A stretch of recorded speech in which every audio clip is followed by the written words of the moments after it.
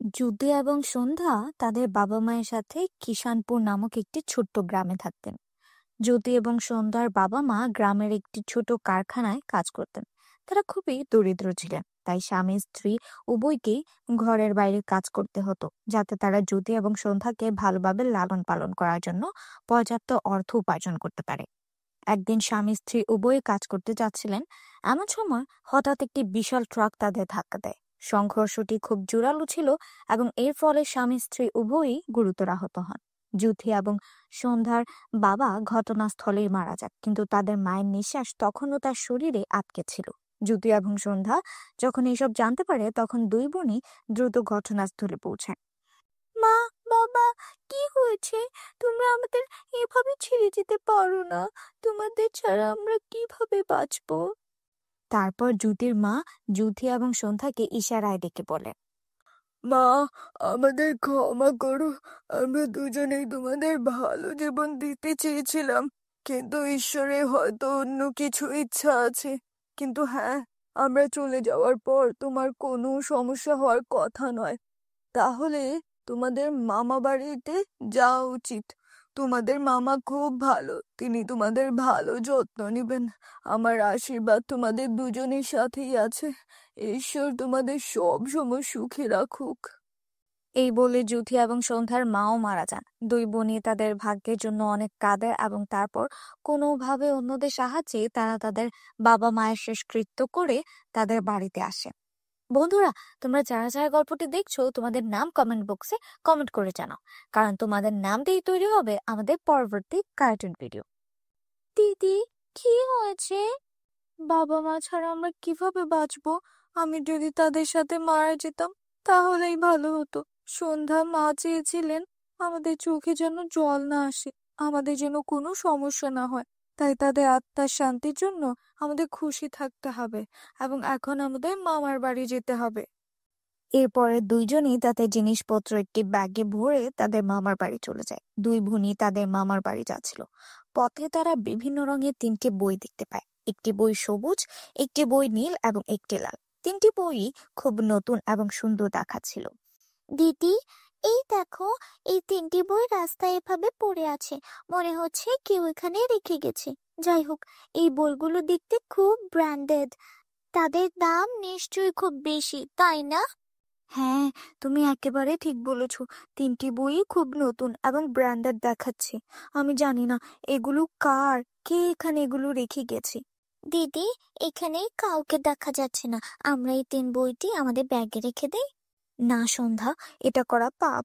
কিন্তু হ্যাঁ, তুমিও ঠিক বলেছো। যদি এই বইগুলো এখানে এভাবে পড়ে থাকে, তাহলে কোনো চোর এখান থেকে অবশ্যই চুরি করে নিয়ে যাবে। আমরা এগুলো আমাদের সাথে নিয়ে যাচ্ছি। কে জানে, তাদের মালিক হয়তো এগুলো খুঁজে পেয়েছে। আমি এখনো বিশ্বাস করতে পারছি না যে দিদি আমাদের ছেড়ে চলে গেছে। কিন্তু তোমরা দুইজনেই চিন্তা করো না। দিদি আমাকে তোমাদের দায়িত্ব দিয়েছে। আমি তোমাদের দুইজনেরই ভালো যত্ন নেব। তোমরা আমার মেয়ে দিব্যার মতো ভালো জীবন যাপন করবে। ধন্যবাদ মামা। হয়তো সেই কারণেই মা তোমাদের সাথে থাকতে বলেছিল। তারপর মামি বলেন, হ্যাঁ, তোমার মা মনে করেন যে এই বাড়িটি কোনো ঘর নয়, একটি এতিমখানা। তাই তিনি তোমাদের সবাইকে এখানে পাঠিয়েছেন।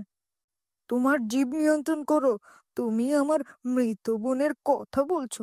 আর হ্যাঁ, এখন থেকে জ্যোতি আর সন্ধ্যা তুমি এখানেই থাকবে। আমি কাল সন্ধ্যায় শহরে যাচ্ছি, কিন্তু তোমাকে তোমাদের দুইজনেরই ভালো যত্ন নিতে হবে। সেই সময় যুথি সন্ধ্যার মামি অর্থাৎ মোহিনী কিছু বলে না, কিন্তু তার স্বামী চলে যাওয়ার পর তিনি দুই বোনকেই তার ঘরে ডেকে বলেন, তোমরা দুজনই মনোযোগ দিয়ে শোনো। এটা কোনো এতিমখানা নয় যেখানে তোমরা মাথা উঁচু করে এসেছো। এখানে থাকতে চাইলে তোমাদের কাজ করতে হবে। তোমাদের দুই বোনকে সকালের নাস্তা থেকে শুরু করে রাতের খাবার, কাপড়, বাসনপত্র এবং ঘর পরিষ্কার পরিচ্ছন্নতা পর্যন্ত ঘরের সমস্ত কাজ করতে হবে। তোমাদের দুই বোনকেই রান্নাঘরে দেখাশোনাও করতে হবে। জ্যোতি রান্না করবে আর ঘর পরিষ্কার করবে তোমার ছোট বোন। চিন্তা করো না মামি, আমি একাই সব কাজ করব। সন্ধ্যা এখনো ছোট, সে এত কাজ করতে পারবে না। সে ঘরের কাজকর্মও জানে না। সে খাবার খেতে জানে, ঠিক যেভাবে খায় সেও একইভাবে কাজ করবে। তাদের মামার স্বভাব থেকে দুই বোনই ভেবেছিল যে তারা ভালোভাবে জীবনযাপন করতে পারবে, কিন্তু যা হয় তার ঠিক বিপরীত।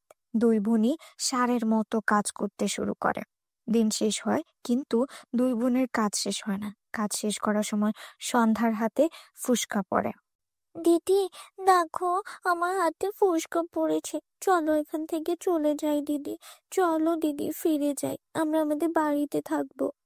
সন্ধ্যা, ওই বাড়িটা আমাদের নয়, ওই বাড়িটা ভাড়া বাড়ি। ওই বাড়িতে থাকতে হলে আমাদের ভাড়া দিতে হবে, যা আমাদের নেই।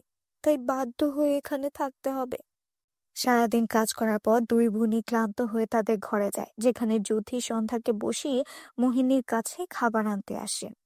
মামি, তুমি বলেছিলে সারাদিন কাজ করার পর তুমি আমাদের খাবার দিবে। আমরা দুজনেই খুব ক্ষুধার্ত। আমরা দুজনেই সকাল থেকে কিছু খাইনি মামি। দয়া করে আমাদের খাবার দাও প্লিজ মামি। এখানে অপেক্ষা করো, আমি এখনই এনে দিচ্ছি। এই বলে মোহিনী রান্নাঘরে যায় এবং 2 দিনের পুরনো বাসি রুটি এবং একটি পেঁয়াজ নিয়ে আসে এবং দুই বোনের হাতে তুলে দেয়। মামি, এটা কি? তুমি কি দেখতে পাচ্ছ না এটা খাবার? কিন্তু মামি, এটা তো বাসি রুটি আর পেঁয়াজ, আমরা এটা কিভাবে খাবো? আর যাই হোক, সন্ধ্যা শুধু শুকনো খাবার গিলে খেতে পারে।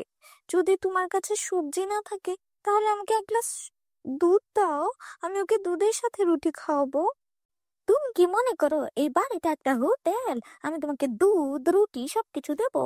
তোমাকে যা দেওয়া হবে তা খেয়ে তোমার বেঁচে থাকা উচিত। আর তোমার বোন রাজকন্যা নয়।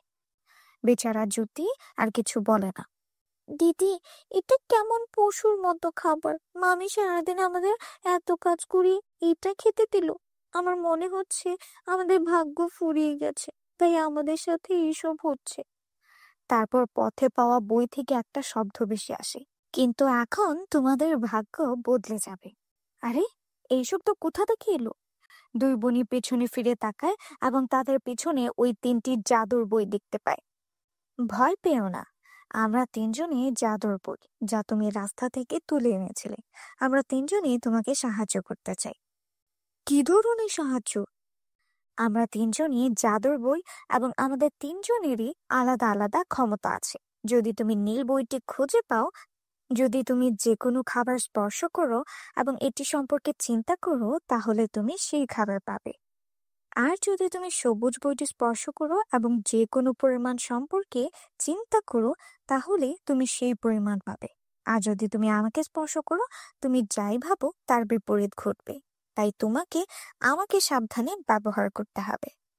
এইসব শুনে উভয় বোনই খুব খুশি হয় এবং ওই 3টি জাদুর বইকে ধন্যবাদ জানায় এবং পেট ভরে খায়। পরের দিন সকালে দুই বোন মোহিনীর কাছে গিয়ে বলে, মামি, আমরা দুই বোনই এখান থেকে চলে যাওয়ার কথা ভেবেছি।